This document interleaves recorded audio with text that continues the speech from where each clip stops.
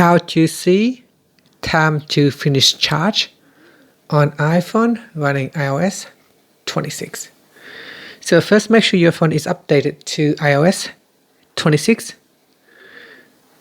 Then from the home screen, tap on Settings. And in Settings, we scroll down and tap on Battery. At the top here, there should be a battery information. When you plug in your phone charger, you can see at the top here, it will show charging information. Now give it a few seconds and it will show you the time it takes to finish charging on the iPhone running iOS 26. So here, we have to wait for 8 minutes to get it up to 80%. And to get it up to 100%, we may need to wait for an hour to finish charging. And that's it. Here are some information about charging your iPhone as well. Thank you for watching this video. If you find it helpful, please like and subscribe to my channel for more videos.